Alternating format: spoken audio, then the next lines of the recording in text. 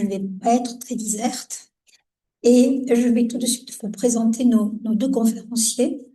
Donc, Valentine Weiss, qui est responsable du Centre de topographie parisienne au l'Archives nationales et qui est chercheur associé au CNRS, et Patrick Latour, que vous connaissez déjà, puisqu'il a fait une conférence sur l'Institut, qui est adjoint à la bibliothèque au directeur de la bibliothèque de l'Institut, qui est en charge de la bibliothèque Mazarine. Donc, ils vont nous faire une conférence à deux voix ce soir sur un terme un peu particulier, qui est énigmatique, effectivement, mais nous avons gardé délibérément le terme originel, si je puis dire, qui est le séjour de Nesle, et donc son emplacement et l'histoire que ce quartier ou cet emplacement du 6e arrondissement a eu dans l'histoire. Je leur cède la place tout de suite. Ne pas dérayer non plus vos oreilles.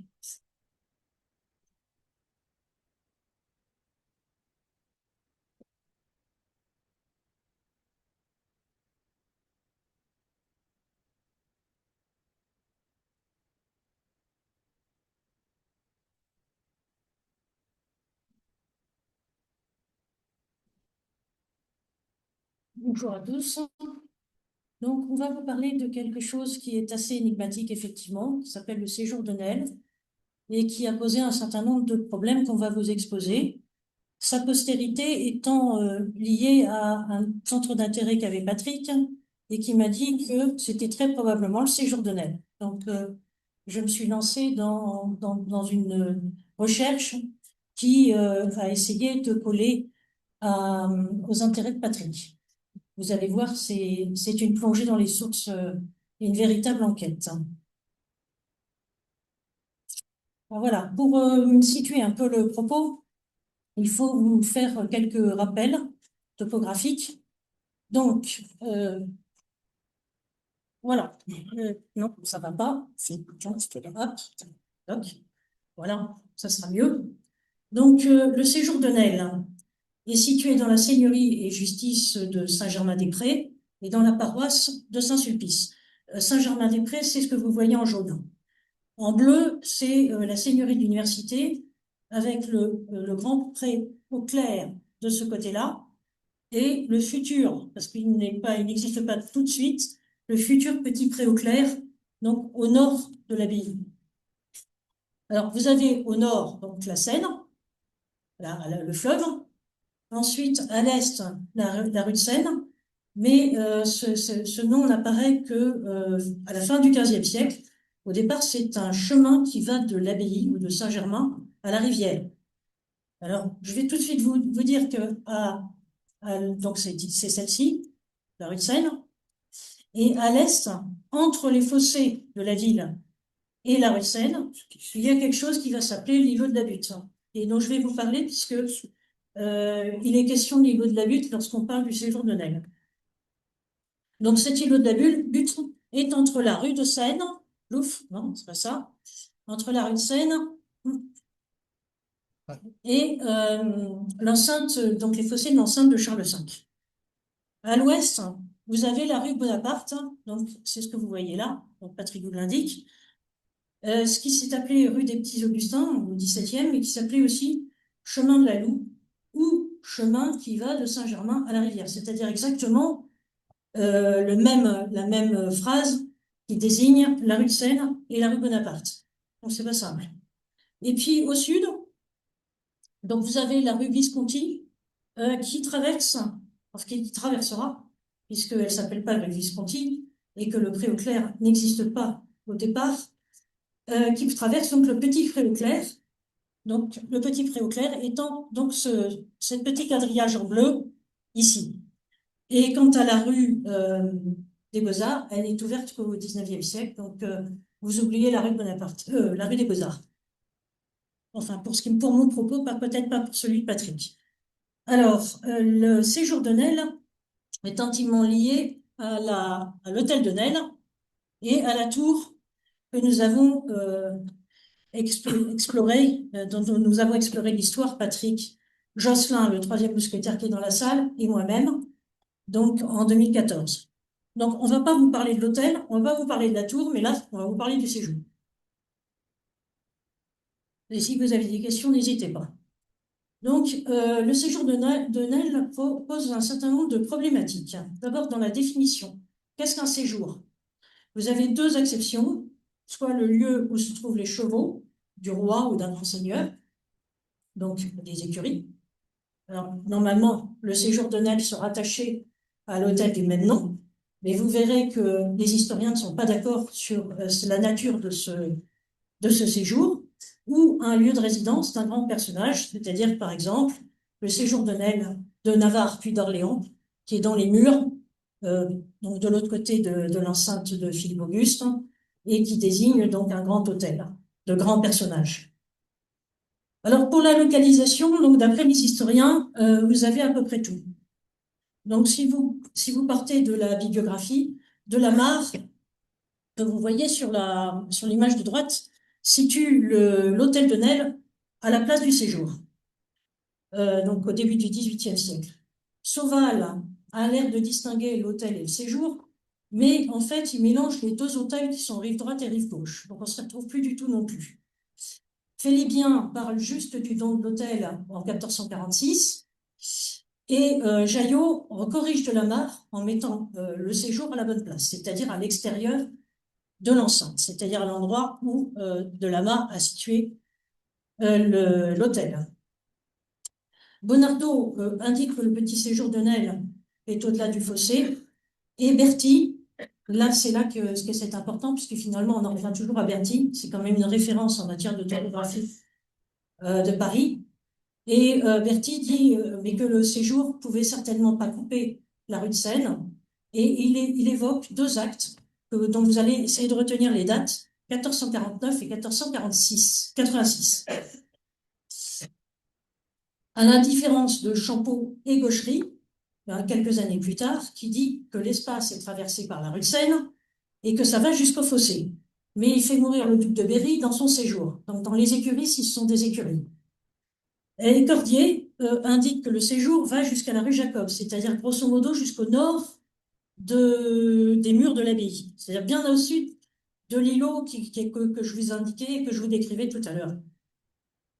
Le Houx dit que ça va jusqu'au petit pré au clair et jusqu'au fossé de la ville, donc elle inclut l'îlot de la Butte. Il errait, met le séjour de Nesle dans l'îlot de la Butte, c'est-à-dire à l'est de la rue de Seine, et Lorentz et Sandron s'appuient sur Berthy. Alors, il faut que je vous rajoute quand même une lecture qu'on doit faire quand on regarde ce genre de parcellaire. C'est les enceintes de Paris de Gagneux et Prouveau, qui est quand même un bon pinceau sur toutes les enceintes de Paris, et qui décrit l'enceinte de Charles V en disant qu'entre le rempart, le grand fossé, le dos d'âne, l'arrière-fossé sec et le chemin de ronde extérieur, il faut compter à peu près 65 mètres. Donc, déjà, ça donne une bonne indication sur ce que je vais vous dire plus tard. Alors, Champeau et Gaucherie illustrent à la fois donc, ce problème topographique dont je vous parlais, c'est la localisation de l'hôtel, du séjour, donc avec l'hôtel d'un côté de l'enceinte et le séjour de l'autre côté du fossé, qui est un fossé qui va jusqu'à, grosso modo, la porte de Bussy, mais qui, à l'époque de Philippe Auguste, Patrick, qu'est-ce que Mais tu je suis pas fais? très bon. Voilà. À l'époque de Philippe Auguste, et juste un bras de Seine qui remonte à la pente. Et de l'autre côté, vous avez l'illustration aussi pareil tirée de ce même ouvrage de Champeau et Gaucherie, qui là vous donne l'élévation. Alors là, vous avez un superbe manoir avec des tourelles, des crénelés, des bâtiments divers et variés, plusieurs cours et un mur d'enceinte. Voilà le problème que je vais vous exposer. Donc, avec cette illustration qui, en fait, pose le problème de nature du bâti. Alors, Champeau et Gaucherie se fondent sur les grandes chroniques de France. Donc, vous avez l'illustration sur la gauche. Et donc, vous avez sur la gauche la tour de Nesle. Ça, on la reconnaît bien. Mais un autre bâtiment, enfin plusieurs bâtiments avec ce mur, ce mur crénelé et ces tours qui, d'après Champeau et Gauchery, désignent le séjour de Naël. Et Le Houx a l'air de considérer que Berthy a raison, mais elle évoque une muraille crénelée. Donc, c'est pas très bien à quoi on a affaire quand on parle du séjour de Naël. Berthy, il dit, c'est pas, ça peut pas être autre chose que des écuries, des granges, des jardins, mais certainement pas un hôtel en tant que tel.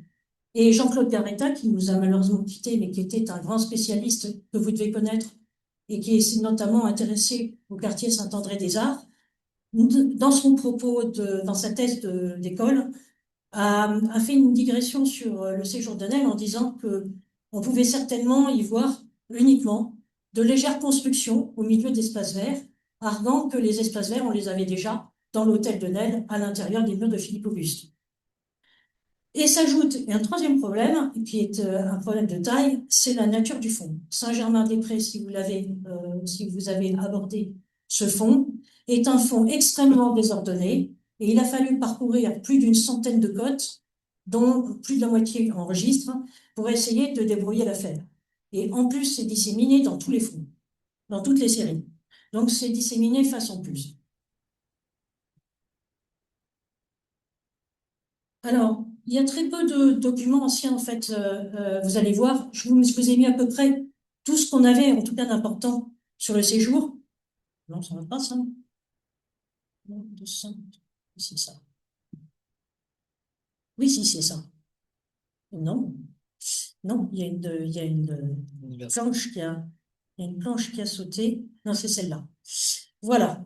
Donc, avant le séjour, qui est un séjour de 1386, vous avez l'hôtel, en fait, qui date de la deuxième moitié du XIIIe siècle à l'intérieur des murs, qui a été vendu par les Nesle au roi, donc qui existe depuis la fin du XIIIe siècle, sur la rive gauche tout au moins. Pour le séjour, il date de la fin du XIVe siècle.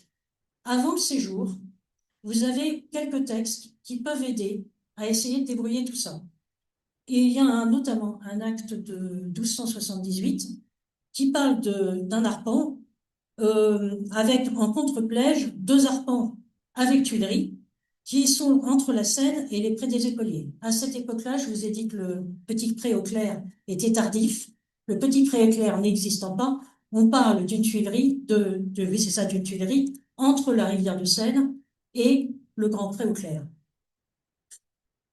L'acte qui est à droite, donc cet arrêt du roi, dans la série K, parle d'une place qui est entre la chapelle de Saint-Martin-des-Orges, qui est en fait au nord-ouest des murs de l'abbaye, et les murs du jardin de Nesle. Donc là, les Nesle ont encore, à la fin du XIIIe siècle, au début du XIVe, donc là maintenant 1318, c'est la vente au roi, ça a été déjà faite, on parle de jardin de Nesle.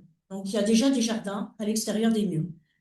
Et ces jardins sont mentionnés encore en 1331 dans une histoire de petit enfant qui est trouvé au fossé du Pré-au-Clair, hein, qui a 3 ans, qui est récupéré par une femme.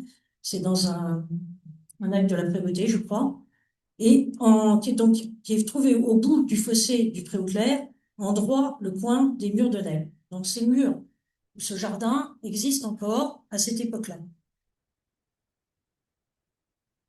En 1368, hein, lorsque l'abbaye essaye de faire ses fossés et emprunte au Grand Pré au Clair une bande de terrain, elle échange 2 arpents et demi qui sont situés entre le fossé septentrional de l'abbaye et une tuilerie qui, d'après les historiens, d'après certains historiens, occuperait à cette époque l'emplacement du séjour de Nesle.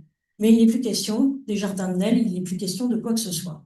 Donc on a très peu de documents, c'est grosso modo les documents sur lesquels se fondent les historiens, c'est-à-dire pas grand-chose. Donc il a fallu faire autrement. Alors au passage, cet acte qui est dans la Syrielle, donc vous donne, fait partie du fond de l'abbaye, et pour s'y retrouver dans le fond de l'abbaye, en fait, vous avez des inventaires de titres du XVIIIe siècle, et ces inventaires vous donnent la cote le rangement à l'intérieur du fond de l'abbaye. Et derrière, au dos de ces actes, vous avez les moyens dans tous les fonds des Archives nationales, donc dans cette dissémination, de vérifier que ces actes proviennent bien de l'abbaye de Saint-Germain. C'est le A5, le 2,7 que vous voyez. Alors, passons aux actes qui concernent le séjour de Nesle. Il se trouve que l'acte de janvier 1386, qui mentionne l'achat du duc de Berry, n'est pas conservé à ma connaissance, mais est exposé par des actes du XVIIIe siècle, enfin des actes modernes, dont l'un est imprimé et rapporte par le menu l'acte de janvier 1386, nouveau style, 1385, 1386, nouveau style. Et là, il est question de, tenez-vous bien, 2 tuileries sur la rivière de Seine près du Pré-aux-Clercs, donc plus une, mais 2, 5 arpents près de la rivière, et 2 arpents et demi avec une maison, autour des fossés du Pré-aux-Clercs, et d'autre part au fossé de Nesle, et aboutissant à ces tuileries. Et ça, c'est très important parce que ces 5 arpents, plus les 2 arpents et demi, il va en être question au XVe siècle et au XVIe siècle. Et c'est la seule manière de comprendre un peu les choses. Donc, retenez bien ces 5 arpents et ces 2 arpents et demi. Ensuite, il y a un acte qu'on évoque, puisque c'est toujours ce François de Sales qui achète pour le duc de Berry ce qui va être le futur séjour de Nesle. C'est cette tuilerie qui est près des fossés de la ville de Paris, du côté de vers le séjour de Nesle. Donc là, les questions pour la première fois du séjour de Nesle. Donc il est à côté, et il est à côté des fossés de la ville. Donc j'en ai déduit que c'était peut-être le futur îlot de la Butte. Je vous l'ai mis en point d'interrogation, parce que c'est assez flou, mais il semble qu'on puisse dire ça au terme de mon exposé. Et en 1399, le duc de Berry échange l'hôtel de Navarre avec le séjour, mais le cens reste toujours dû à l'abbaye. Ça, c'est en 1399. Donc, ce sont les 2 actes, en outre ceux modernes dont je vous ai parlé, qui concernent le séjour de Nesle. En tout cas, au moment où il existe encore. Non, ça c'est le précédent. Voilà. Alors, parce que le séjour de Nesle, en fait, va être pillé par les Maillotins en 1411. C'est la chronique de Monstrelet qui l'indique. Donc, les Maillotins vinrent encore abattre et détruire une autre maison sur la rivière de Seine, où celui duc tenoit ses chevaux et n'est pas loin de l'hôtel de Nesle, au dehors de la porte. C'est là encore une maigre indication du séjour de Nesle. Et après, il va être indiqué le séjour de Nesle dans un certain nombre d'actes, mais le séjour de Nesle n'existe plus. Avec un petit bémol seulement, c'est que il y a des réparations qui concernent l'hôtel et le séjour, qui mêlent les deux, mais qui concernent l'hôtel qui a été aussi pillé par les Maillotins entre 1412 et 1416, date à laquelle le duc de Berry meurt. Donc il y a des comptes de travaux que je vais vous montrer maintenant. Voilà. Donc ça se présente comme ça. Il y en a 2. Il y en a un dans l'université, oui, je crois que c'est chez l'université, et l'autre donc en série K. Donc le séjour est assez mélangé au terme d'hôtel. Parfois on voit le duc qui séjourne dans son hôtel. Mais pour ce qui concerne le séjour, on voit qu'il y a des gravois qui sont ôtés de la cour. Donc il y a une cour, il y a des écuries, il y a la cave du concierge, et ils mettent les gravois sur la rivière, ils nettoient les écuries. Donc il y a déjà on voit au moins des écuries et une cour. Ensuite, il y a une tuilière qui est payée pour 15 milliers de tuiles blanches pour réparer la couverture. Donc ça fait une surface qui m'a un peu disons, interrogé, occupé, et j'ai demandé aux différents membres du séminaire Carrière et Construction dont je fais partie, et qui occupent à peu près tous les métiers, compagnons du devoir, charpentier, maçon, archéologue, etc., j'ai posé la question à l'enfant, j'ai eu une réponse sur donc la possibilité, enfin le nombre de mètres carrés que permettait de réparer 15 milliers de tuiles. Alors, je vais vous le faire simple. La tuile plate, blanche, étant de 0,06 mètres carrés, mais étant posée d'une certaine façon telle, en tierce, de telle façon qu'on n'en voit que 0,02 mètres carrés, il faut un 15 milliers de tuiles permettre de réparer 300 mètres carrés. Alors, je leur ai répondu que c'était pas assez. Et donc là, j'ai eu une nouvelle interrogation et je leur ai dit, vous avez d'autres informations, je leur ai donné celle qui va suivre. Donc il y a des toises de râtelier, enfin il y a 20 toises de râtelier, grosso modo, ça fait donc à peu près 40 mètres. Il y a des équerres, il y a des mangeoires, donc 13 toises de mangeoires, ça fait 26 mètres de mangeoires, des poteaux, un premier plancher, des solives, et puis des soupentes pour les gardes des chevaux. Et puis, il y a des cloisons entre ce qu'on appelle les étables du corps et les étables des sommiers, c'est-à-dire les chevaux de charge. Et puis du mérien. Là, ils en parlent beaucoup. Du mérien qui va porter des chantiers de la mortellerie, donc rive droite, par cette voiture. Mais surtout, il y a, à propos de la couverture, du séjour, une description. Lequel séjour du dit hôtel, donc là, on est sûr que c'est pas l'hôtel, est carré, mais alors là, contient en deux sens 40 toises de long, et les deux autres sens, chacun 24 toises de long, ce qui fait à peu près un séjour perpendiculaire, bien entendu, de 77 mètres 6 sur 46 mètres 56, si on calcule à peu près. Et 6 toises de chevron. Alors là, j'ai eu un certain nombre de commentaires, mais qui m'a un peu aidé parce que je me demandais quelle était la largeur de ces bâtiments. Donc, je les voyais en fait en deux bâtiments donc rectangulaires autour d'une cour intérieure. Il y a effectivement une cour intérieure et les 6 toises de chevron, si le toit est en pente, permet à peu près de calculer 12 mètres de largeur. Donc, ça correspondrait à peu près à ce que je pensais sur les écuries, parce que j'allais regarder combien de mètres faisaient les écuries actuelles. Donc, il y a 38 lucarnes, donc 4 à revers, et des lucarnes flamandes. Mais c'est tout ce qu'on a, grosso modo, sur le séjour. On n'a pas de mur crénelé, on n'a pas de tour, on n'a pas de donjon, on n'a rien du tout, on n'a que des écuries. Voilà. Ça répond un peu à l'interrogation sur la nature du bâti, quand même. En tout cas, il n'est question que de ça, et il y a quand même donc des comptes de 1412 à 1416. Ça ne donne pas vraiment d'informations sur la localisation du bâti, bien entendu. C'est le problème auquel je me suis heurtée après. Alors, c'est la permanence du séjour. Le séjour est indiqué dans les textes jusqu'à 1539. Alors, en 1446, le séjour de Nesle, qui est une place à cette époque-là, il n'existe pas grand-chose du séjour en 1446, est donné avec l'hôtel, enfin au moins en partie, en 1446 au duc de Bretagne. Mais la même année, il est question d'un droit de déshérence de l'abbaye sur 5 arpents de terre entre le Préauclair et le curé de Saint-Sulpice. Ces 5 arpents correspondent probablement aux 5 arpents dont je vous ai parlé tout à l'heure, c'est-à-dire en 1318. Donc ça, c'est important. Donc, alors, 5 arpents. 5 arpents, c'est 3419, 3420 mètres carrés, à peu près.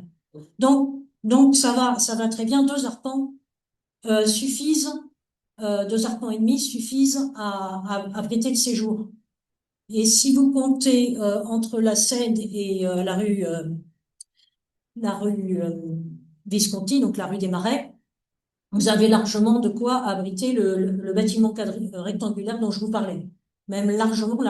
Sur 2 arpents et demi, ça tient. On en arrive à faire des calculs invraisemblables pour arriver à se débrouiller l'affaire. Alors, le document le plus important après donc cette destruction du séjour de Nesle, c'est une condamnation qui vise Antoine de Maignac pour payer des arrérages. Alors là, c'est une place vide, masure et terre, contenant en tout 2 arpents ou environ, où sous loi estre le séjour de Nesle. Donc ça vous indique qu'en 1450, il n'y a plus rien.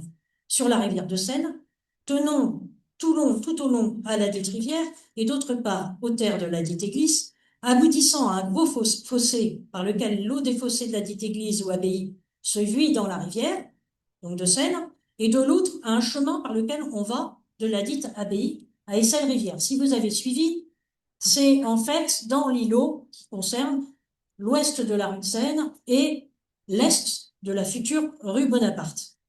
Ce qu'il y a, c'est que cette dame est aussi propriétaire de 5 arpents à l'ouest de la future rue Bonaparte. Et là, vous le voyez, à l'est du Grand Fossé, 5 arpents à l'ouest, assise près des dites places Masure et dessus déclarée, outre le Grand Fossé, tenant d'une part tout au long au Grand Fossé et d'autre part au curé de Saint-Sulpice. Donc la description que je vous avais indiquée au XIVe siècle, avant le séjour de Nesle. Donc on y retrouve nos petits, c'est très important, 5 plus 2,5. Et là, vous avez quelque chose qui m'a quand même un peu perturbé, je vous l'ai mis en bas, c'est donc la cote de l'abbaye qui est à l'envers, hein, sur le dos, mais surtout il est marqué que ce sont les archives du Saunier. C'est pas vrai du tout. Donc ça vous indique quand même les problématiques qu'on a quand on aborde le fond de Saint-Germain. Affreux. Alors, Berthy parlait d'un acte de 1486. Je ne sais pas si vous vous souvenez, je l'ai mis vieux style. Il est question d'un écuyer du roi, qui est Jean Spiffam, et qui cède au tuilier Robinet le Rouge, ou Robin le Rouge, la masure et jardin appelé le séjour de Nesle, et 8 arpents attenants, le tout bordé par la rue de Seine. Donc 2 arpents, où jadis sous loi être le séjour de Nesle, bon, tout va bien, aboutissant d'un bout à un grand fossé par lequel se vide l'eau des eaux de l'abbaye, donc ça c'est la rue Bonaparte, enfin la future, et l'autre la rue de Seine, donc le chemin qui va de l'abbaye à la rivière. Le seul problème c'est que Berthy cite cet acte, mais que je n'ai pas retrouvé. Je ne sais pas où il est. Alors j'ai procédé autrement, j'ai remonté tous les comptes de l'abbaye du XVIIIe siècle jusqu'au XVe siècle, hein, même XIVe, pour essayer de retrouver mes traces du séjour de Nesle. Et j'ai retrouvé quelque chose qui s'apparente à cet acte donc de Jean Spiffam, et je l'ai retrouvé dans le Censier d'ici les Moulineaux. C'était pas évident, donc il y avait une petite partie sur Paris, donc là j'ai éliminé, j'ai regardé quand même mais j'ai éliminé. Une autre sur Saint-Germain, pareil, à éliminer. Il fallait le retrouver dans le terroir de Saint-Germain, qui commençait par le terroir de Saint-Germain, qui continuait par Grenelle, et qui finissait par cet îlot concernant Jean Spiffam. Fort heureusement, je l'ai retrouvé, c'est donc 3 articles consécutifs. Jean Spiffam pour demi-arpent, séant au lieu nommé le séjour de Nesle, tenant d'une part au 10 séjours, d'autre au pré au clair, aboutissant sur le grand chemin de la Noé, c'est-à-dire la rue Bonaparte. C'est le nom de la rue Bonaparte à cette époque-là. Ensuite, vous avez 3 quartiers de terre, séance d'Ilieu, pareil, et 5 arpents, près le pré au clair, tenant au chemin de la Noé, d'autres au curé de Saint-Sulpice. Donc, ces 3 articles, vous les retrouvez dans des comptes de l'abbé, puisque c'est la seigneurie de l'abbé. On procède par office dans les fonds de Saint-Germain-des-Prés, mais ces registres par office ne sont réalisés que à partir de la réforme de l'abbaye, donc vers 1517, quelque chose comme ça. Et avant, vous avez chaque office qui tient ses registres. Donc vous avez les archives du Saunier, les archives de l'abbé, les archives du Pitancier, etc. Donc il faut savoir dans quel office vous êtes.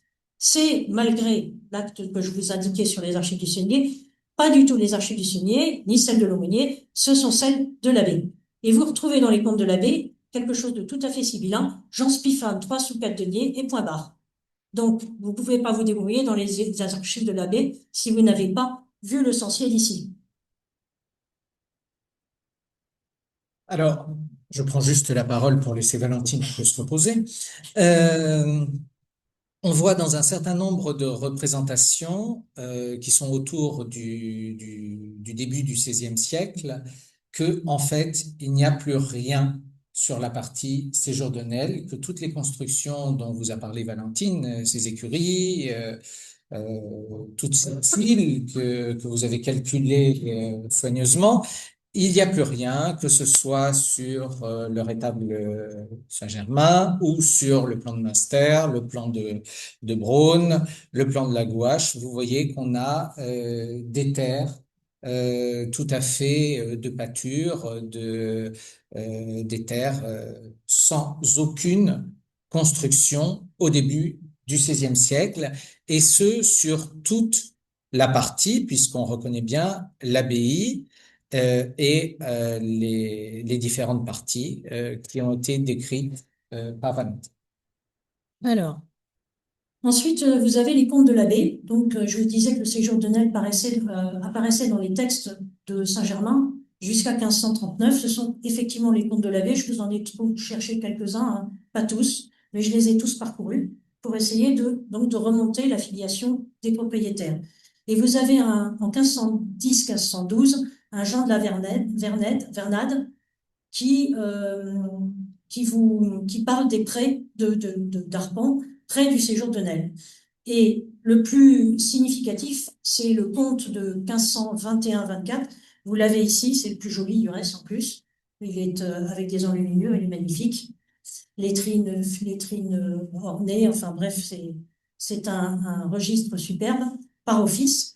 Et là, vous avez en fait la filiation Hôtel-Dieu au lieu de Jean de la Vernade, qui avait le droit d'un nommé Spiffard. Bon, on n'a pas Robin le Rouge, mais là, on peut faire la filiation entre Hôtel-Dieu, Jean de la Vernade et Spiffard.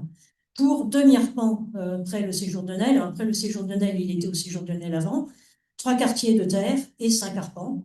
Et ces 5 arpents sont en fait le futur Hôtel-Dieu de la Charité, puisque c'est ce dont on vous parlait, les 5 arpents qui étaient à l'ouest de la future rue Bonaparte. Donc, tenant d'une part à la dite rue de la Noé, au chemin de la Noé, au curé de Saint-Sulpice, à la rivière de Seine et au Pré-aux-Clercs. Donc là, on a l'affiliation et ce sont les seules mentions qu'on a du séjour de Nesle. Après, plus rien. Alors, j'ai quand même essayé de voir les autres registres. Donc là, en 1529-39, oui, la première mention Jean Pichor, c'est à l'est de la rue de Seine, il faut l'oublier. Mais par contre, on retrouve les 5 quartiers de terre en 1537-39, donc c'est le dernier, au terroir du dit Saint-Germain, au séjour de Nesle, qui furent Jean Spiffam et depuis Jean de la Vernade, etc., etc. Et les 6 arpents au lieu de 5, qui s'expliquent parce que le curé de Saint-Sulpice en a donné un. Donc, il faut rajouter un arpent aux 5 arpents qui sont décrits. Et là, il est bien indiqué qu'on a commencé à y bâtir le stèle de la Charité. Donc, ces 5 arpents, voilà, c'est pour ça que je vous disais que les 5 arpents dont il est question pour le séjour de Nesle en janvier 1486, ce sont les 5 arpents qu'on retrouve plus un à la fin de 1539. Voilà. Donc, en fait, on peut grosso modo dire que les terres de part et d'autre du chemin de la Noue, qui sont la future rue Bonaparte, ont appartenu successivement à Antoinette de Maignac, 1450, avec Nesle à l'est de la future rue Bonaparte, Jean Spiffam en 1484, Jean de la Vernade en 1510, l'Hôtel-Dieu en 1519, en 1519, oui, c'est ça, après 1519. Alors, Non, tu non, peux c'est pas ça. continuer. Ah bon. Euh, Vas-y, c'est très bien. J'ai l'impression que le nom de Nesle a évolué, ah oui, c'est normal. C'est la graphie médiévale. En fait, quand on est médiéviste, même quand on est moderniste, la graphie est tellement souple qu'on finit par plus savoir comment ça s'écrit dans la graphie actuelle. C'est une souplesse qui est massive au Moyen Âge, qui se réduit malheureusement en peau de chagrin actuellement. Tu voulais décrire les... Tu peux le faire aussi. Donc, les différents plans qu'on a dans la première moitié du XVIe siècle indiquent à la fois un morcellement de ce qui était le séjour de Nesle et un début de lotissement là où on avait des terres vierges, arables, depuis la fin du XVe siècle, globalement. On voit sur le plan de Saint-Victor que l'îlot de la Butte, lui, est tout à fait déjà, on le voit sur les autres plans aussi, hein, est tout à fait déjà loti. On ne vous parle pas de cet îlot, hein, c'est ce qu'a dit Valentine. En revanche, ce qui était le séjour de Nesle, la partie qui est ici, commence à se bâtir le long de la future rue de Seine et à être morcelé au point d'avoir la rue des Marais, la rue Visconti, hein, qui apparaît euh, sur les différents plans, même si le reste des terres, vous voyez, reste très vierge, et c'est seulement le long du chemin entre l'abbaye et la rivière que se construisent progressivement un certain nombre de maisons en globalement trois grandes parties. Alors, donc, les lotissements, en fait, ils apparaissent très bien dans les registres de l'abbaye. Le premier concerne le quai, avec en 1541-42 des nouveaux bâtiments sur l'eau, donc à côté de la rivière, un certain nombre de noms qui apparaissent en 1541-1542. Donc, d'une part et d'autre, à deux chemins, tenant d'une part et d'autre à deux chemins descendant de l'abbaye, donc entre la rue Bonaparte et la rue de Seine, aboutissant par bas à la rivière de Seine, et par haut à autre terre de l'Hôtel-Dieu. Effectivement, l'Hôtel-Dieu a investi tout ce périmètre très largement, notamment pour y établir son Hôtel-Dieu, la Charité. En 1548-1549, on y voit des noms qui sont déjà apparus en 1541-42, notamment Jean Hautebesse, donc un orfèvre, Pierre Rebourg, Jean Solène, donc ses héritiers, et Jean Dumas, qui est maître des postes à Paris, et ensuite un Antoine de Gouzol à la place de Boutin qui a été signalé en 41-42. Donc là, ce sont les premières maisons qui se construisent sur le quai. Et rue de Seine, ce sont en 1541-1542 des descriptifs qui concernent plus largement un périmètre plus large, qui concerne tant le Pré-aux-Clercs que autrement. Donc là, on a des maisons qui concernent le sud de la rue des Marais, donc Visconti, l'ouest du chemin des Noux, c'est-à-dire le Sanitat, c'est-à-dire la Charité, et puis un certain nombre de maisons que je vous ai soulignées, Charles de Maigny, Bastonneau et Jean-Jacques de Même, qui sont les signalés donc en 1541-42 rue de Seine. Et en 1548, là, on y voit vraiment, s'il y a quand même une chose, Charles de Magny obtient un arpent et demi en échange d'une place qu'il a donnée pour faire la rue, pour les carrières.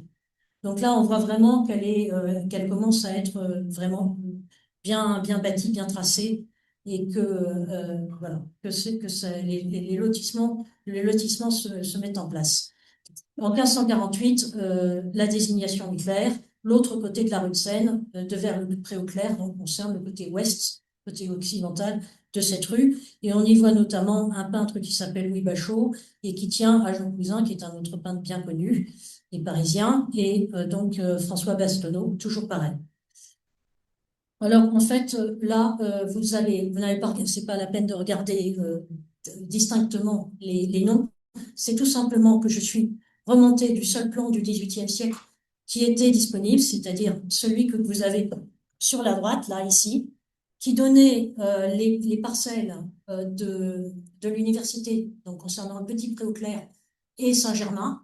Et ensuite, donc j'ai essayé de remonter le temps, c'est ce qu'on fait pour essayer de faire la généalogie d'une maison. Et en fait, j'ai essayé de remonter l'îlot jusqu'au séjour de Nesle. Je n'y suis pas arrivée, mais j'ai quand même les actes du XVe siècle qui permettent, du début du XVIe siècle qui permettent de s'y retrouver. Mais j'ai essayé de procéder par parcelle au sein de l'îlot, donc de cet îlot, pour vous montrer un peu quelle était la filiation. Le terrier du roi est très incomplet, c'est ce que vous voyez donc 1700, là vous voyez celui-ci, il ne se traite que du quai Malaquais. Celui de 1693, qui est en dessous, donc traite à peu près la totalité de l'îlot, sauf la partie qui relève de l'université. Idem en 1628. Et si l'on revient, pardon, à ces îlots du XVIe siècle, vous voyez que ceux aussi en 1595, on peut voir à peu près un état à peu près complet des propriétaires, avec quelques interrogations quand même sur oui, c'est ça, ces fonds de parcelles entre les propriétaires. Et en 1541-48, on voit aussi un certain nombre de propriétaires se mettre en place avec des incertitudes quand même sur les tailles de parcelles parce qu'elles sont pas tout le temps indiquées. Et donc, on y voit aussi que les parcelles ont énormément évolué du XVIe siècle, rien que du XVIe siècle jusqu'au milieu du XVIIIe siècle. Voilà. Donc, en fait, je suis assez contente de vous annoncer que Patrick peut parler sur les hôtels qu'il avait choisis et que le séjour de Nel correspond a priori au bon îlot. À toi.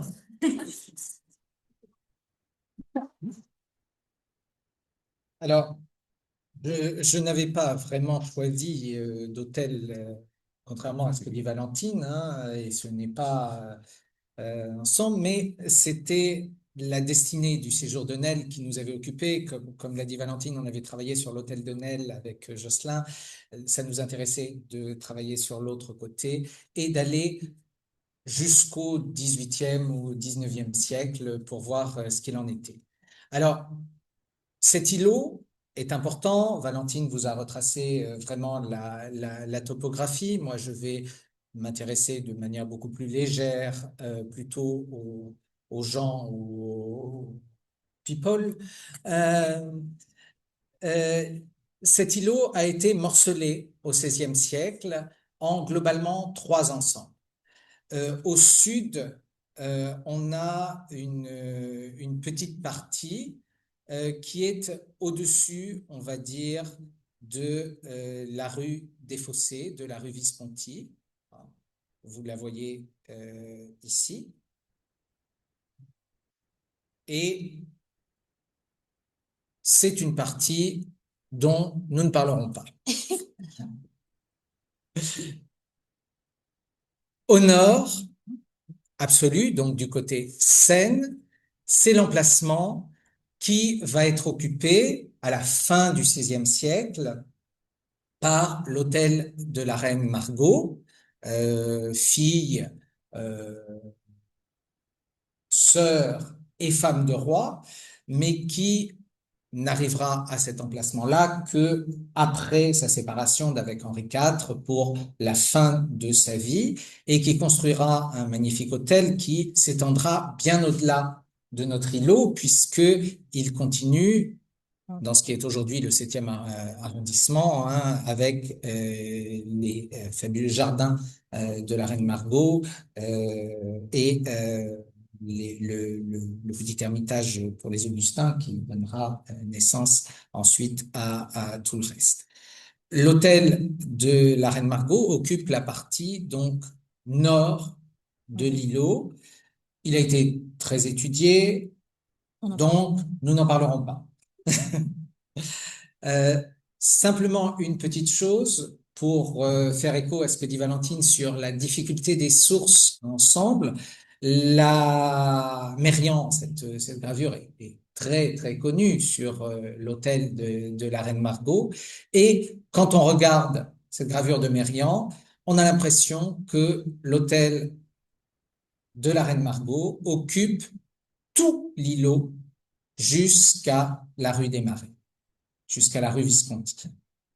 Or, ce n'est pas le cas. En fait, l'hôtel était sur la partie proche de la Seine, seulement la partie nord de l'îlot. Donc, quelquefois, les représentations, y compris d'époque, sont un peu trompeuses sur la question. On va plutôt s'intéresser à la partie centrale de l'îlot, donc ni la partie nord, ni la partie sud. Cette partie-là, qui, vous le voyez, dès le XVIe siècle, commence à être bâti avec 2 ou 3 maisons en tant que telles.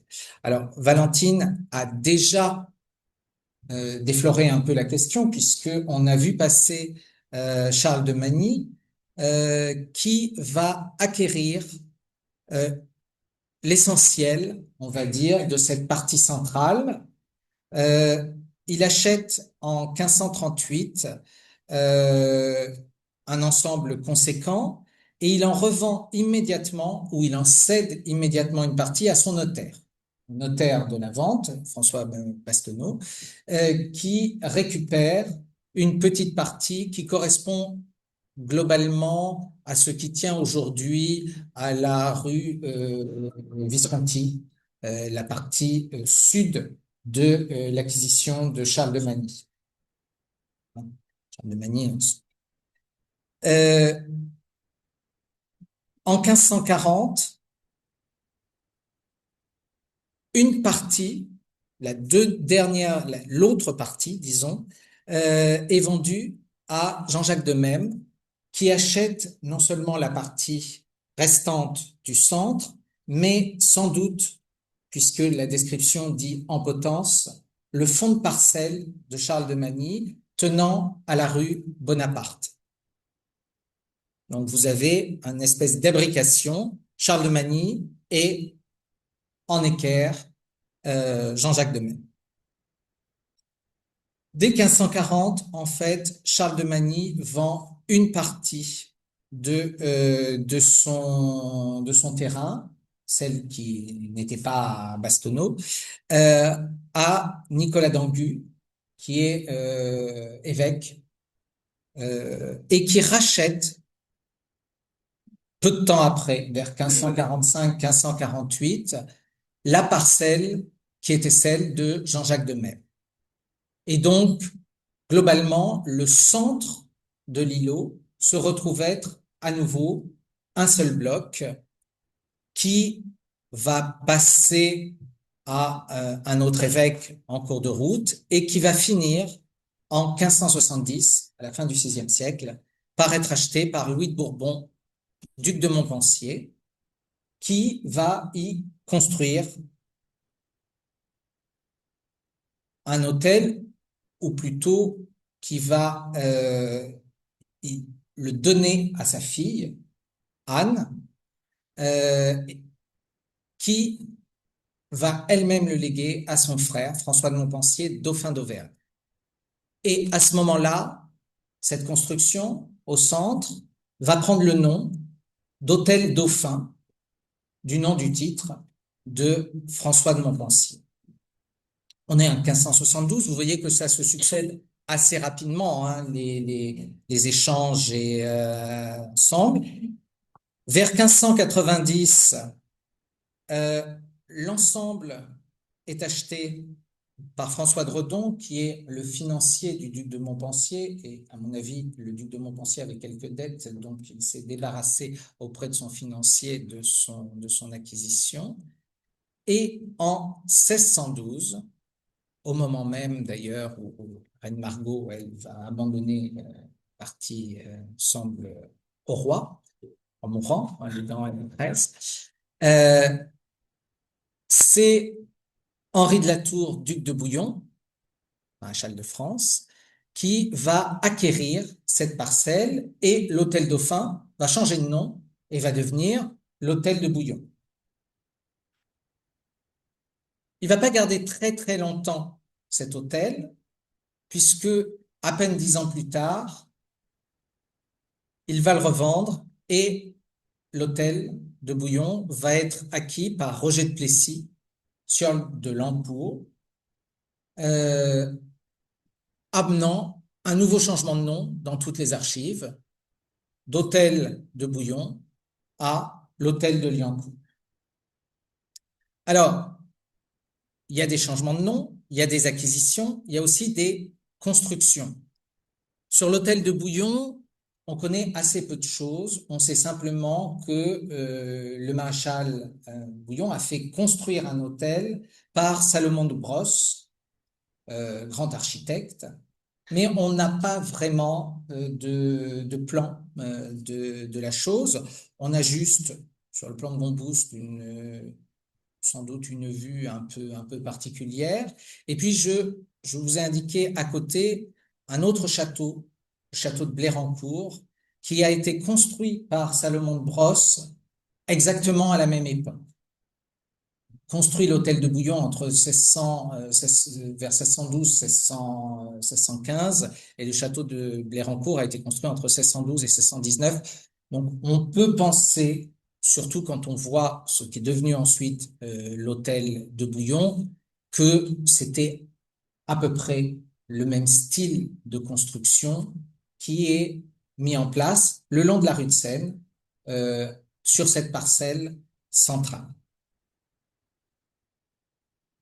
Roger de Plessis, sieur de Lancourt, décide, lui, de raser l'hôtel de Bouillon, qui l'a précédé, et confie la construction d'un nouvel hôtel. Alors, je vous ai mis le Mercier parce que, voilà, en fait, c'est un consortium, c'est-à-dire que c'est trois personnages. C'est Frémin de Cotte, en fait, qui est chargé de la construction, hein, c'est le grand-père de Robert de Cotte, euh, un architecte du roi qui est chargé de la maîtrise d'œuvre, et puis sans doute prévoyait-on des conflits entre Frémin de Cotte et cet architecte, puisque le Mercier, qui est le grand architecte, hein, c'est celui qui fait en même temps l'hôtel de Médicis, l'actuel Sénat, le Mercier est chargé d'être conciliateur s'il y a des désaccords. Donc, c'est lui qui est, je pense, chargé d'assurer que tout va bien. Et là, on a des plans et on a des gravures de comment se présentait l'hôtel de Liancourt, qui avait du coup une façade sur la rue de Seine, façade légèrement en biais, avec une cour intérieure, un corps de bâtiment central avec deux pavillons, et puis des jardins qui allaient jusqu'à la rue Bonaparte.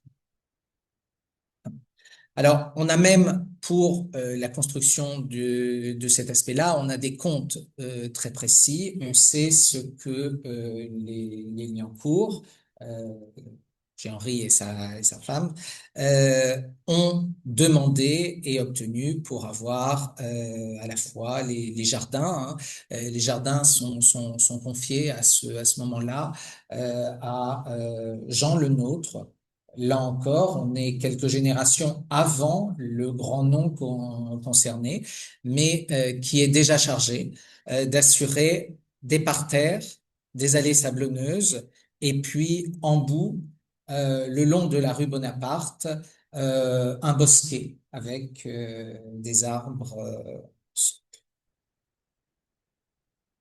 L'hôtel de Liancourt va devenir l'hôtel de la Rochefoucauld, qui lui est bien connu. Là, vous avez une représentation sur le plan de Turgot, et vous voyez que on a toujours la même présentation avec une façade sur la rue de Seine, une cour intérieure, le corps de bâtiment avec les deux pavillons, et puis un jardin qui aboutit à le fond, la rue des Petits-Augustins.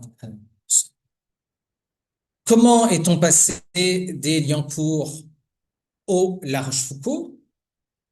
Ah, c'est une histoire complexe et la famille de La Rochefoucauld est une famille complexe. Là, vous avez une sorte d'arbre généalogique.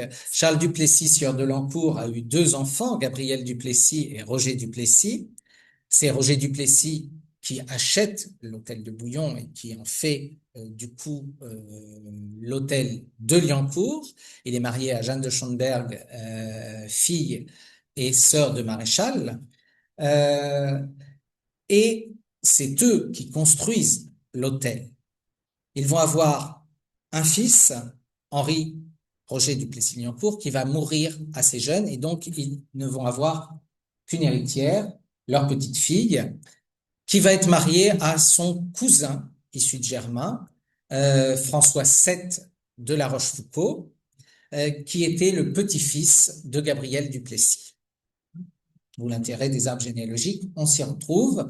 François VII de La Rochefoucauld est le fils du célèbre auteur des Maximes de La Rochefoucauld, et on est dans la famille de La Rochefoucauld qui remonte au Xe siècle sans propos. L'hôtel de Liancourt accueille les La Rochefoucauld assez tôt, puisque le mariage ayant eu lieu, le jeune couple habite chez les grands-parents de la mariée, et le beau-père, le duc de La Rochefoucauld, y séjourne aussi régulièrement, l'auteur des mémoires. Les La Rochefoucauld vont donc utiliser cet hôtel de Liancourt, qui va devenir l'hôtel de La Rochefoucauld, pendant toute la durée, et avec une histoire familiale assez complexe aussi, puisque les deux enfants, le fils de François VII de La Rochefoucauld, François de la Rochefoucauld, même avoir un fils, Alexandre de La Rochefoucauld, mais un petit problème à ce niveau-là, c'est-à-dire que François de La Rochefoucauld avait 10 enfants, il va en perdre énormément à cause de la variole, épidémie de variole qui décime aussi la famille de France, au tournant du XVIIIe siècle. Et Alexandre de La Rochefoucauld est le seul survivant avec son frère Guy. Lui-même va avoir 2 fils et 3 filles, 2 fils qui vont mourir en bas âge. Il ne reste que 3 filles. Le drame, c'est que le duché Péry de La Rochefoucauld, normalement, ne se transmet que en ligne masculine. Ce qui pose un petit problème à la famille, et Alexandre Ier de La Rochefoucauld va essayer tout ce qu'il peut pour essayer de maintenir le titre dans la famille. Il va d'abord, dans un premier temps, premier acte, si j'ose dire, il va obtenir une dispense papale et l'autorisation du roi pour marier sa fille avec son frère. Les 2 héritiers devraient être mariés ensemble. Le roi et le pape donnent leur autorisation en 1728, mais manque de chance ou punition divine, va-t-on savoir, le frère du duc de La Rochefoucauld, le frère d'Alexandre, Guy, meurt quelques jours avant le mariage en 1731.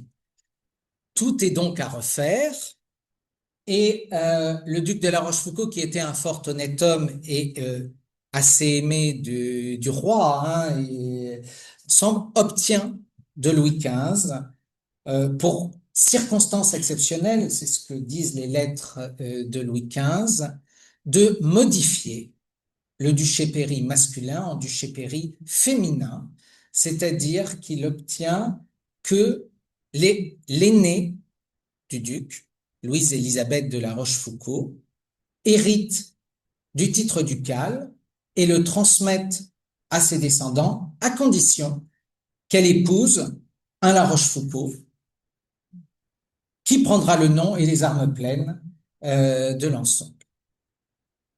Pour faire bonne mesure, le duc, sans doute échaudé par cette affaire, décide de demander au roi que, en cas de problème et en cas d'absence de descendance masculine, les mêmes conditions s'appliquent à la cadette. Du coup, 3e acte, on marie à peu d'années de différence, à la fin des années 1730, l'aînée, Louise-Élisabeth de La Rochefoucauld, a un de ses cousins, Jean-Baptiste de Roy de La Rochefoucauld, qui, pour l'occasion, est titré duc d'Envie. Et puis, 2 ans plus tard, on marie la cadette, Marie, a un autre cousin, Louis Armand de Roy de La Rochefoucauld, cousin de son futur beau-frère, en même temps qu'il est cousin de sa future belle-sœur et cousin de sa future femme, euh, et qui lui est titré duc d'Estissac. On va s'intéresser surtout à Louise-Élisabeth de La Rochefoucauld, duchesse d'Anville, qui, elle, est une grande dame de cette époque-là, qui tient salon, qui va beaucoup s'intéresser à la science, à la culture de ces domaines. Elle est aussi duchesse de la Roche-Guyon et qui va avoir un fils, Louis-Alexandre, duc de la Rochefoucauld d'Anville, qui est un personnage passionnant de la fin du XVIIIe siècle, parce que c'est un homme des Lumières dans toute son acceptation. Le salon des La Rochefoucauld d'Anville, rue de Seine, reçoit les physiocrates, les encyclopédistes et les savants, qui se partagent d'ailleurs entre la rue de Seine et puis le domaine de la Roche-Guyon, qui n'est pas si loin, qui est devenu une sorte de laboratoire de ces aspects. La duchesse est particulièrement liée à Turgot, qu'elle a connu tout simplement parce qu'elle avait accompagné son père, le duc Alexandre, j'espère que vous suivez toujours la vie familiale, dans son exil à La Rochefoucauld, c'est-à-dire près de Limoges. Et Turgot était alors intendant de Limoges, donc ils se sont rencontrés là. Et Turgot, c'est le grand économiste de l'époque, grand physiocrate, et donc il va instiller à la duchesse et à son fils les principes de physiocrate. Elle est aussi liée à un médecin suisse, Tronchin, et elle va très rapidement demander à Tronchin de vacciner son fils contre la variole. C'est le moment où on envisage l'inoculation et la vaccination. Tout le monde n'est pas pour, loin de là, et elle va le faire tout simplement. Je vous le rappelle, elle a quand même perdu 5 oncles et ses frères dans l'affaire. Donc son fils unique, elle le protège complètement. Elle va garder des relations avec Tronchin, d'ailleurs avec d'autres Suisses. Elle fera de nombreux voyages en Suisse. Elle gardera des contacts aussi avec Saussure, Le Sage, Voltaire, qu'elle rencontrera, et la duchesse d'Anville deviendra un intermédiaire auprès de la cour, notamment dans l'affaire Calas, pour obtenir un certain nombre d'aménagements. Elle est aussi très proche de Mably, philosophe, l'abbé de Mably, et puis de Condorcet, qui est le disciple de Turgot et qui a l'âge de son fils. Son fils, qui est lui-même une sorte de savant, qui va beaucoup s'intéresser à la minéralogie. La rue de Seine possède un cabinet de minéralogie qui est dans tous les guides pour les voyageurs de l'époque. Et le duc va devenir membre de l'Académie des sciences en 1780. Il était aussi membre de l'Académie de médecine. Il était aussi membre de plusieurs sociétés d'agriculture. Et il a lui-même rédigé un certain nombre de mémoires scientifiques, dont le premier est ce voyage au glacier de Savoie, alors qu'il a 19 ans et qu'il fait l'ascension dans les Alpes avec des pionniers suisses, les Duluc, si je me souviens bien. Il est un des premiers alpinistes et il donne ses impressions sur la glace, la formation de la glace, les pierres en montagne. Il s'intéressera aussi beaucoup aux machines aérostatiques. Il sera membre du comité de l'Académie des sciences sur la question et vous le voyez, à tout ce qui est minéralogie, avec un mémoire qui est publié par Lavoisier, semble, mémoire sur la génération du salpêtre dans la craie par le duc de la Rochefoucauld. On a donc un amateur, mais un amateur d'excellent niveau sur la question. C'est aussi un insurgent à Paris dans la mesure où noble libéral, économiste, ils reçoivent les Danville, la mère et le fils, qui sont indissociables. Ils reçoivent notamment Benjamin Franklin, qui sera plusieurs fois hébergé à La Roche-Guyon, et pour lequel le duc de La Rochefoucauld va se faire traducteur, puisqu'il va traduire en français les constitutions des 13 États d'Amérique, les 13 premiers États, dans une publication qui va être faite à Paris aux frais de Benjamin Franklin, aux frais de la toute jeune République des États-Unis. C'est une sorte d'outil de propagande, on va dire, pour que les personnalités françaises comprennent ce qu'est une démocratie, ce qui, évidemment, en Europe, était un peu particulier à cette époque-là. Et Benjamin Franklin, en fait, fera faire pour ses traductions de somptueuses reliures et offrira cet ouvrage à toutes les personnes qui comptent à Paris, les ministres. Là, vous avez une reliure aux armes de Vergennes, qui est observée à la Bibliothèque Mazarine, des constitutions qui sont traduites par le duc de La Rochefoucauld. Le duc de La Rochefoucauld qui s'intéresse beaucoup aux États-Unis et à ce qui se passe. La Mazarine conserve aussi une collection de journaux américains qui sont adressés au duc avec des petites indications. Ici, vous ne pouvez pas le lire, mais c'est lire l'article sur la résignation du général Washington.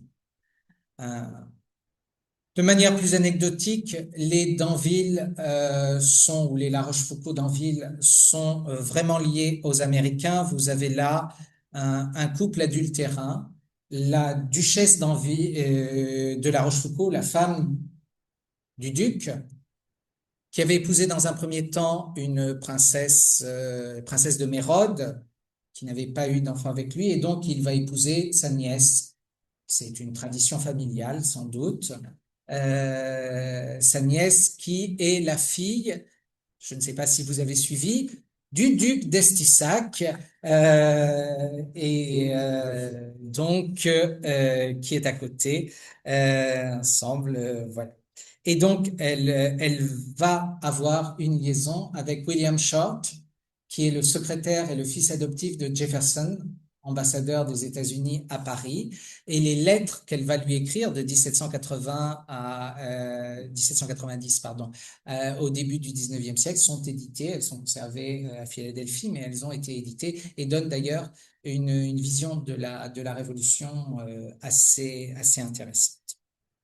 Le duc est aussi l'ami des Noirs dans la mesure où il devient membre de la Société des Amis des Noirs, qui est la première société abolitionniste de l'esclavage en France. Il est présenté, c'est le document qui est ici, il est présenté pour être membre par le marquis de Lafayette, qui a son âge et qui fréquente le salon des La Rochefoucauld. Avec lui est coopté, si j'ose dire, le duc de Charost, qui a un lien avec le 6e arrondissement, puisqu'il sera le maire du 10e arrondissement de la Révolution.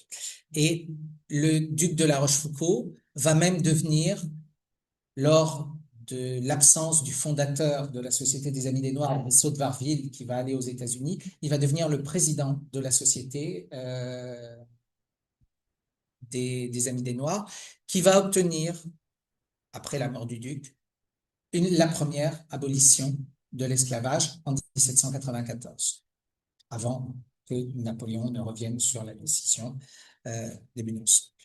Alors, justement, la Révolution, le duc en Révolution, il est député aux États généraux et de Paris. Il est membre de la Constituante. Il est membre du comité notamment sur l'aliénation. Il préside le comité sur l'aliénation, donc sur les confiscations révolutionnaires, ce qui vaut un certain nombre de publications sur les assignats notamment et sur le système bancaire qui le rapproche de la pensée économiste de Turgot, son maître à penser. Et puis, à la fin de la Constituante, en 1791, il devient président du directoire de Paris, donc l'équivalent d'un président de département, hein, au-dessus de la municipalité. Mais malheureusement, le duc va être en opposition. C'est un noble libéral, mais ça reste quand même un grand noble, très riche. Il va être en opposition avec Pétion Emmanuel, qu'il va révoquer de la mairie, de leur poste de maire et de procureur. Et il va être mis en accusation. Un mandat d'arrêt va être lancé contre lui en août 1792 et alors même qu'il accompagne sa mère, la duchesse d'Anville, et sa femme et le minéralogiste Dolomieu, il est arrêté à Forges-les-Eaux et pendant son transfert à Paris, le 4 septembre 1792, il est massacré par la foule et meurt donc sous les yeux de sa mère et de sa femme, laissant un problème de succession puisqu'il n'avait pas d'enfant. Et donc, on repart aux Estissac, on redescend sur la cadette, et c'est son cousin qui va récupérer le titre. Un autre grand révolutionnaire philanthrope ensemble, le duc de La Rochefoucauld-Liancourt, qui lui avait été aussi député, membre d'un comité, le comité sur la pauvreté et l'assistance d'ensemble. L'hôtel est vendu par le duc de La Rochefoucauld-Liancourt dès la Révolution. Il va être utilisé comme appartement par petits bouts. C'est notamment là que mourra Louis-Sébastien Mercier, qui y a habité. David y a habité très, très temporairement aussi, le graveur Sylvestre aussi. Et donc, l'hôtel de La Rochefoucauld qui est là va être loti. Le duc de La Rochefoucauld-Liancourt se réservant, dans un premier temps, le jardin qui était un des plus beaux de Paris, paraît-il, à cette époque-là. Pour tout ce qui est de l'histoire des autres parties d'ensemble, je renvoie à d'autres personnes qui ont fait ça très très bien. Et, oups, alors là, je suis allé un peu trop vite. Voilà, merci Christian. Euh, en 1825, l'hôtel est racheté et supprimé et on ouvre à la place un passage qui, parce qu'il n'a pas l'autorisation de la mairie de Paris, reste un passage privé fermé par des grilles. C'est la future rue des Beaux-Arts qui est percée au centre exact de l'ancien hôtel de La Rochefoucauld qui disparaît à ce moment-là et qui va jusqu'au bout et progressivement, évidemment, va être loti des deux côtés pour former le parcellaire qu'on connaît. Très bref aperçu de la rue des Beaux-Arts. Je sais qu'il y a de très bons historiens des rues du 6e arrondissement qui feront ça, je pense, si ce n'a pas été déjà fait dans une prochaine conférence. La rue des Beaux-Arts, au 19e siècle, c'est une rue qui accueille énormément d'artistes. Fantin-Latour, qui a son atelier, il n'y habite pas, mais il habite d'autres parties du 6e ou du 17e. Camille Corot qui partage une adresse avec Prosper Mérimée pendant quelques années. Gérard de Nerval qui fait un très bref passage rue des Beaux-Arts. Et puis surtout, évidemment, l'Hôtel d'Alsace où en 1900, un certain Sébastien Melmoth meurt au-dessus de ses moyens. La preuve, il n'a pas réglé sa dernière note d'hôtel qui est ici. C'est en fait Oscar Wilde, réfugié à Paris après sa libération de la geôle de Readings, qui meurt de maladie à l'hôtel d'Alsace. Alors, que reste-t-il de ces aspects? Eh bien, je recède la parole à Valentine qui va nous dire ça très très bien. Ça sera très rapide. En fait, je suis allée regarder ce qui restait comme vestige ou ce qui avait été trouvé par les archéologues dans ces rues-là. Alors, j'ai trouvé 4 rues de Seine, donc au nord de la rue. des inscriptions relatives à la famille de Lobéguine, hein. Mais dans les registres de Saint-Germain, j'ai noté que la famille de Lobéguine était à l'endroit qui était indiqué par la flèche verte. Vous voyez la distinction entre les deux. Donc la flèche rouge pour le 4 rue de Seine et ce Charles de Lobéguine en 1693 indiqué par ici. Et il y a une autre interrogation que j'ai, puisque 14 rue Visconti, il y a une portail, enfin une porte indiquant que c'est l'hôtel de la Rochefoucauld, mais moi dans les actes, enfin les registres que j'ai consultés, les actes de Saint-Germain, l'hôtel de la Rochefoucauld, il est au numéro 8. Donc, voilà. Je vous livre quelques interrogations, il en faut toujours dans Paris, et puis de toute façon, l'histoire de Paris est tellement complexe qu'on a toujours des interrogations. Et je Voilà. crois que c'est tout. C'est Hein. tout. On Oui. termine juste sur une vue aérienne qui boucle avec le côté séjour de Nesle. On voit là très très bien la rue des Beaux-Arts qu'indique Christian, qui coupe ce qui était l'hôtel de la Rochefoucauld, qui était globalement sur cet aspect-là, mais on voit parfaitement tout l'îlot concerné par le séjour de Nesle avec ces trois parties qui restent. Et donc, j'espère que le séjour de Nesle est un peu moins énigmatique et qu'il restera à faire l'histoire réelle de la rue des Beaux-Arts et de quelques autres petites parcelles restantes. Merci beaucoup.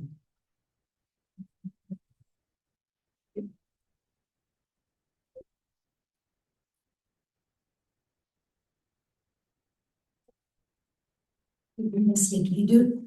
Vous avez là un exemple de la difficulté qu'il y a lorsqu'on s'attaque à un parcellaire médiéval ou du 15e, 16e siècle pour retrouver des traces d'hôtels, de bâtiments.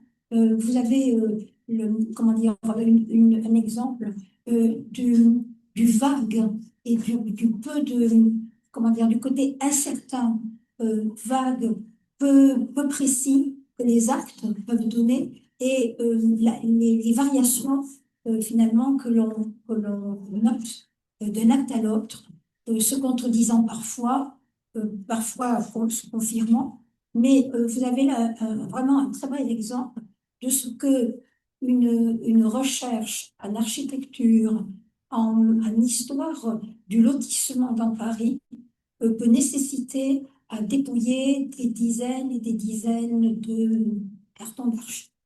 Voilà. Avez-vous des questions? Avant de se disperser, je rappelle que les personnes qui ont souscrit au livre de Jean-Pierre Duquesne sur la commune peuvent le récupérer auprès de Bernard. Si vous avez souscrit au mois de décembre, prenez votre exemplaire disponible auprès de Bernard. Avez-vous des questions? Quand on va aller en cours, on voit ensuite qu'il y a une très belle tombe de la quelle année vous avez.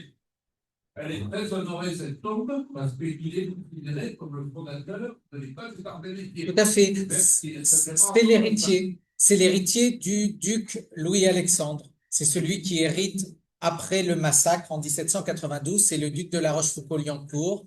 Et c'est un personnage extraordinaire, mais son cousin ne l'était pas moins. Et d'ailleurs, ils ont fait un certain nombre de voyages ensemble et tous les deux avaient suivi les mêmes cours et les mêmes aspects avec Turgot notamment, Mably, Condorcet. C'était une tribu, les La Rochefoucauld, qui vivaient dans cet hôtel de la rue de Seine. Hein. Et il y avait toute la famille. Alors, je recommande aux gens d'aller à Liancourt parce qu'il y a un musée d'art et métiers qui donne toute l'histoire de l'école depuis que le duc s'y est intéressé. Dernier point, c'est amusant, il y a une rue Liancourt dans le 14e arrondissement, on demande combien de gens savent qu'il s'agit de la famille de la Rochefoucauld. Baptiste. Bonsoir et merci beaucoup pour ce travail avant de préparer cette exposition. C'est passionnant. Je vais me permettre d'apporter deux précisions parce que vous l'avez évoqué. J'ai lu, je sais que ce n'est pas vérifié, mais j'ai lu que la rue des Beaux-Arts avait été à l'origine un établissement privé et que la mairie de Paris a refusé de l'ouvrir parce que les promoteurs avaient fait les façades avec un léger oscillation pour allonger la longueur de chaque façade pour vendre mieux leur propriété. Ça peut être une explication. Enfin, c'est une explication qui a été donnée sur le fait que ça a été une voie qui est restée privée longtemps avant que la mairie oublie cette L'autre point, c'est la mention de l'hôtel Argenco Visconti. C'est une propriétaire qui a écrit ça de son propre chef sur le fronton de son porche. Donc, par pure fantaisie, par fierté personnelle, évidemment, c'est complètement faux. Ouais, bon, ça arrive souvent. Là, la dernière, c'est un hôtel d'une grande famille, le site du Duc, et c'est un grand n'importe quoi. Donc, c'était pour un ABF, là, il y a 2 jours. Donc, on navigue en plein désespoir de temps en temps. D'autres questions? Bon, ben on peut vraiment vous remercier. On aura plaisir à vous lire dans le prochain bulletin. Et là, on essaiera de suivre plus facilement la généalogie des Rochefort. Très grand merci à vous.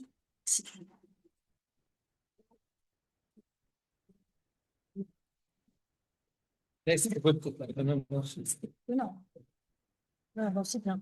Tu n'étais pas ennuyé, c'est pas ça. Non, c'était